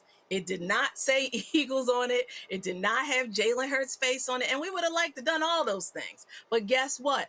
I set the example by following the rules. And I'm up there on the microphone, go Birds, but I didn't show up. I have an Eagles jersey that says speaker on the back of it. I didn't wear it to the floor of the House, but I had it on in my office.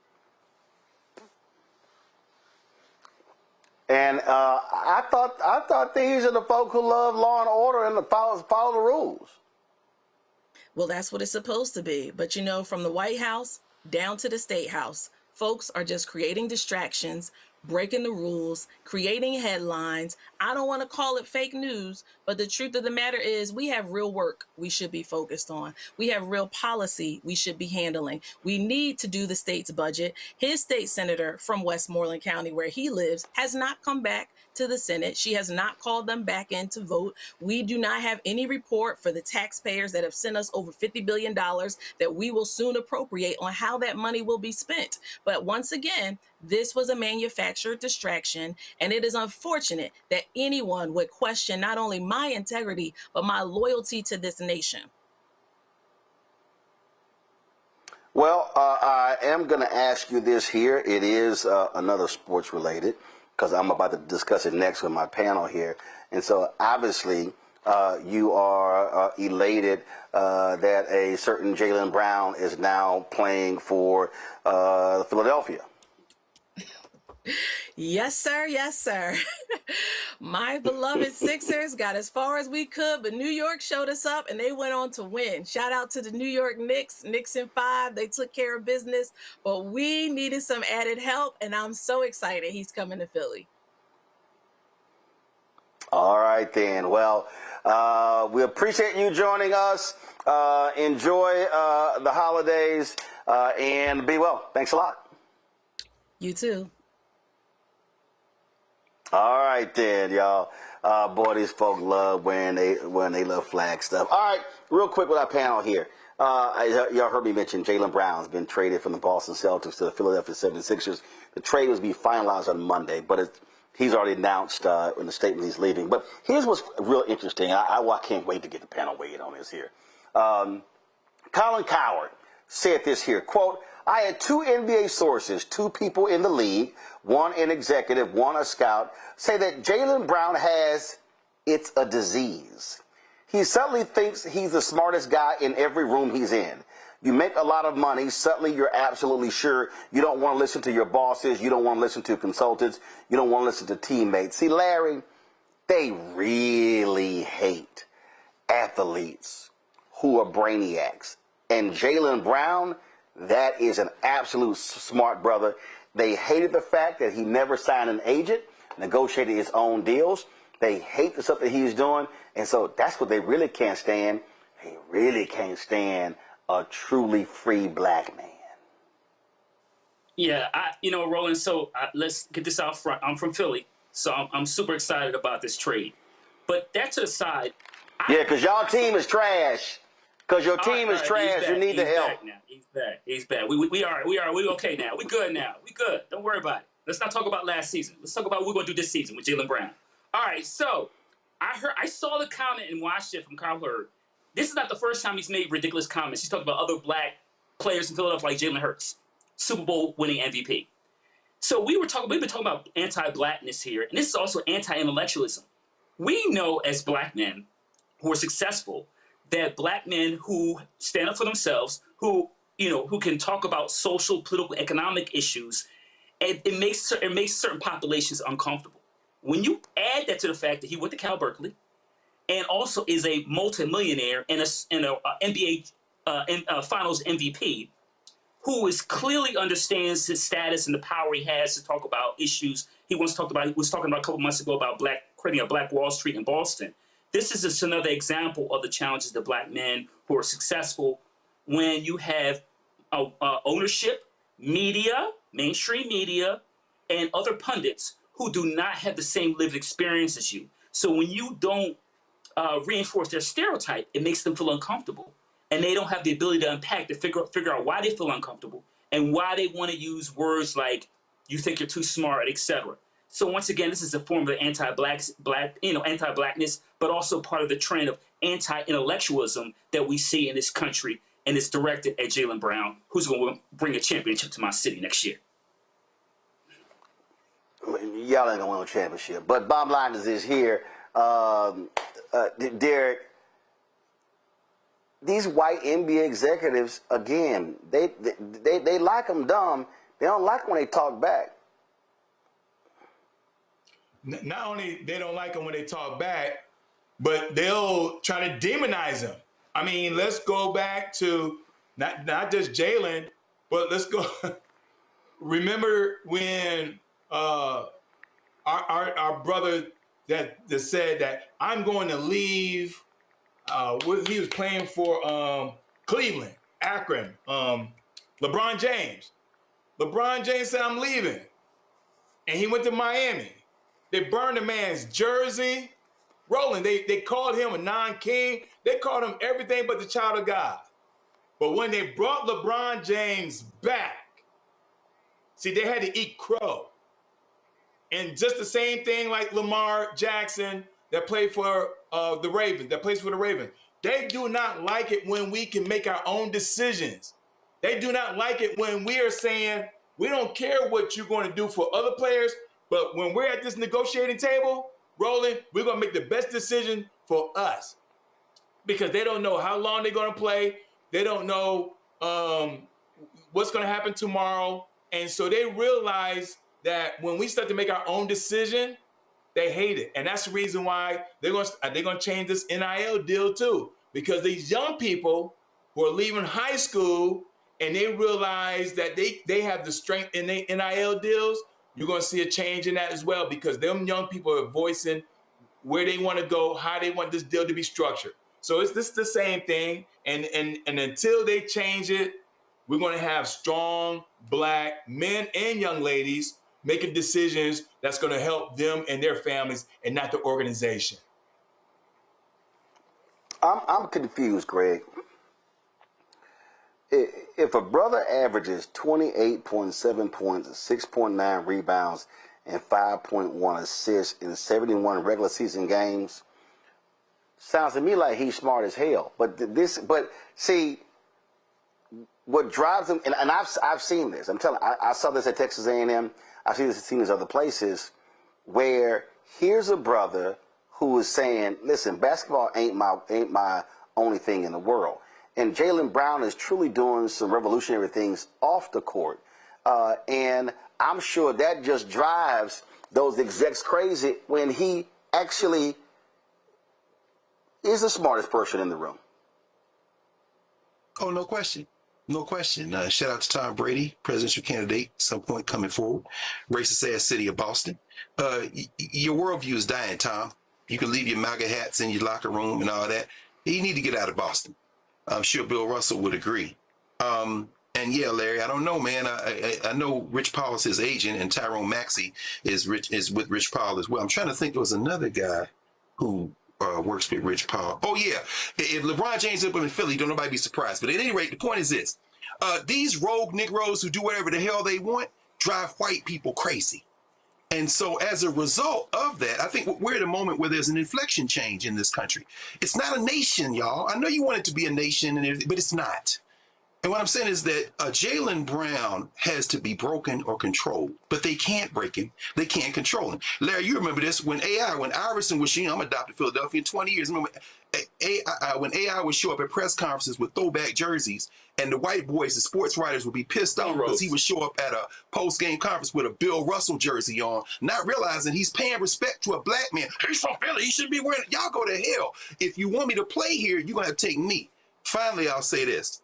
When black people decide to be themselves and you can't control them and you can't break them, the culture then moves. The politics then moves in their direction. Roland, I wish that Speaker McClinton had answered a little differently about some of these things. As far as I'm concerned, Eric DeVonzo played her. he had on a shirt and tie and a suit. Yes, it was stars and stripes and had a tie, but you know the rules, as you say, State House, you have to have a shirt, you have to have a tie. If I had asked her a question, I would have asked her about one of the most legendary black people to ever serve in the Pennsylvania State House, and that would be the great David P. Richardson. David Richardson, the same rules applied then. You know what Dave Richardson would wear from Philly? This man who was arrested and beat up by Frank Rizzo and them when he was in high school, and they forced, ultimately after 40 years, African-American studies into the Philadelphia School District, and I helped write that curriculum. It took us 40 years. But when Dave Richardson was elected to the Pennsylvania State House, he showed up in a dashiki with a Malcolm X medallion around, and he wouldn't take it off, and they let him walk the floor. Why? Because I'm going to show up like I want to be. Today, I heard somebody say if Roland Martin or Greg Carr were elected and showed up in a dashiki, we couldn't take the floor. At some point, you have to understand something. People are going to do what they want to do, and if you can't see that you have to include them in a certain rhythm, they will build a different society and leave you behind. I think Jalen is showing us what it looks like to stand in your truth and your space. The Boston Celtics took the equivalent of a knife and cut their throats today. And whether it be wearing African clothes, and I'm never wearing a tie again if I can help it, or marshaling your talents and taking them somewhere that's going to embrace you with both hands like Philadelphia, at some point we're going to have to make a stance. So anyway, in the spirit of David P. Richardson, I just wish the speaker wouldn't have allowed that white nastics to play her with such a distraction, the kind of minor thing. But yeah, shout out to Jaden. Do want to get this in, folks. An Orleans Parish grand jury has indicted Louisiana's Attorney General. That's right. The indictment claims that Liz Muriel intimidated New Orleans city officials, including Mayor Helena Marino, threatening to remove them from office under the state's usurper law. The threats were in response to the city council's approval of a new measure to hold an election for the city's new clerk of court position created by the legislature. The legislature created the position to block Calvin Duncan, a black man, from assuming his duly elected position as clerk of criminal court. Morrell says she had no confirmation of any investigation and had never received notice from anybody. The official charges of the indictment have not yet been released. Well, first of all, let's be real clear. They're sitting here, so she's claiming she didn't know. Well, hell, your dumb ass, the Attorney General, you should know grand jury indictments are secret. How is it that you didn't know that? And remember, she sent the letter, and the mayor responded. Here's the deal: an arrest warrant has been issued. A $400,000 bond has actually been set, and that's $25,000. So she got hit with a 16-count felony indictment by this grand jury. Oh my goodness. I love this here. This is the NOLA.com story. It says that while the special counsel Lori White was speaking to reporters, she believed that Morrell's attorneys had already arrived at the courthouse, could not say when Morrell will be processed. They ain't playing. They were like, okay, FAFO, Attorney General. It's incredulous for her not to know as the Attorney General. She is the chief cop, Roland. How is it that you don't know? Well, she doesn't know because they continue to put unqualified, unfit individuals in these constitutional offices. And it's costing... Well, no. She didn't know. No. She didn't know the grand jury is considering this. But of course you don't know the grand jury is considering this because it's a grand jury. It's secret for a reason. It's right. It's sealed. She should know that. She should know that it's sealed. Right? And all I'm saying is for her to go down this path and the amount of tax dollars is costing is just incredulous to me. Well, the thing here, Larry, how much is the lawsuit, again, Did they say how much the lawsuit? Again. Well, no. It's not a lawsuit. What she did was she threatened to remove them from office. She sent a letter. The mayor responded, and they were like, yo, what you did was illegal by threatening this, and that's why they sought this grand jury indictment. So now it's going to be discovery, Larry. Now they're going to have to sit here and defend herself, and they're going to have to turn over documents showing what actually happened here. I think this is lovely. So, I mean, listen, if you believe, I mean, well, she was obviously elected, and if you said a chief law officer, so she should follow the law, Roland, turn herself in. And certainly, you know, as this process moves forward, we have to figure out, you know, like you said, to turn over documents and, you know, find out, you know, if, you know, she should go to jail. And certainly this provides her as an opportunity to lead by example in this case, Roland. I mean, if they want to back the blue and follow rules and regulations and follow the law, this is an opportunity for her to show some of the youth of the state, you know, how important it is to abide by the law. And when you make mistakes and maybe potentially face fines and go to jail, that she's willing to do that to lead by example. So I look forward to that. I think it's great. This is New Orleans, Greg, saying, all right, y'all keep messing with us, keep messing with our money. Gotcha. We got something for you. I love it. Sure, I do too. But let's be clear, as you saw what that little bird-looking governor said. He said as soon as the grand jury comes back, as soon as she's convicted, I'm going to pardon her as fast as the law allows. The only way we're going to stop this is to organize exactly what our friend Gary Chambers has been saying. You're not going to stop Liz Monroe by indicting her and convicting her in court, as long as there is a white nationalist governor who has already put out there that as soon as you convict her, I'm pardoning her, following his Lord and Master, Donald Trump. This is all of a piece. They are at the end of their rule, whether it be in Louisiana, Mississippi, anywhere else, South Carolina, wherever they are, or the White House. And so they have dropped all pretenses. At some point, we have to recognize that the rule of law is not going to save us. We're going to have to fight these people. And the easiest way to fight them at this juncture is to get your registration together, show up at the polls, and break their political backs. Every white person in Louisiana doesn't vote for the White Nationalist Party. And you don't need every white nationalist person. What have you been saying, Rome? When we vote our numbers, we win.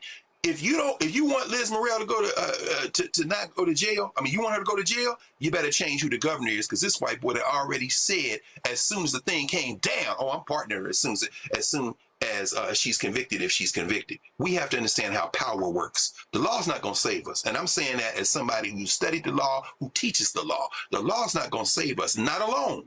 Now, it is delicious, it's great, it's funny, but don't y'all get mad if they convict her and this man is still down there in Baton Rouge and signs a piece of paper and she comes out with her hands up in a victory, like, now who else am I going to mess with? This is a serious thing we're in right now. Indeed. All right, folks, that is it for us. Let me thank Larry. Let me thank Derek. Let me thank Greg, all my Alpha brothers, for being here on today's show. I certainly appreciate it. Thank you so very much. Hope y'all enjoy the holidays. And have a good one, folks. That is it for us. Coming up after this show, what does the 4th of July mean to the slave? That amazing speech by Frederick Douglass. We had an all-star group of people who read that, and so we're going to share that with you. Don't forget, so we're not going to have a show tomorrow. We're going to have other content that we're going to be airing on tomorrow. So I gave the folks the day off, but I'll be back live on Monday, back in our Black Star Network studios. Folks, support the work that we do. Join our Bring the Funk fan club. If you want to contribute via Cash App, use the Stripe QR code. You see it right here on the screen. Also, that's for credit cards. If you're listening, go to blackstarnetwork.com for details on how to donate. If you want to do a check and money order, make it out to Roland Martin Unfiltered. Send to P.O. Box 57196, Washington, D.C. 20037-0196. PayPal's R. Martin Unfiltered, Venmo RM Unfiltered, Zelle, Roland at RolandSMartin.com, Roland at RolandMartinUnfiltered.com. Download the Black Star Network app, Apple phone, Android phone, Apple TV, Android TV, Roku, Amazon Fire TV, Samsung Smart TV. Be sure to get our Roland Martin Unfiltered swag. Hats, T-shirts, hoodies, all that good stuff. Go to shopblackstarnetwork.com, and while you're there, check out our marketplace. More than 50 black-owned businesses on our marketplace. All fantastic products. Everything you see right here in our studio. All of these products available at shopblackstarnetwork.com. Folks, be sure to download the app Fan Base. Follow me at Roland S. Martin. You can check us out there. All right, y'all. That's it. Y'all enjoy the holiday weekend. I will see y'all Monday right here, Roland Martin Unfiltered on the Black Star Network. Holla!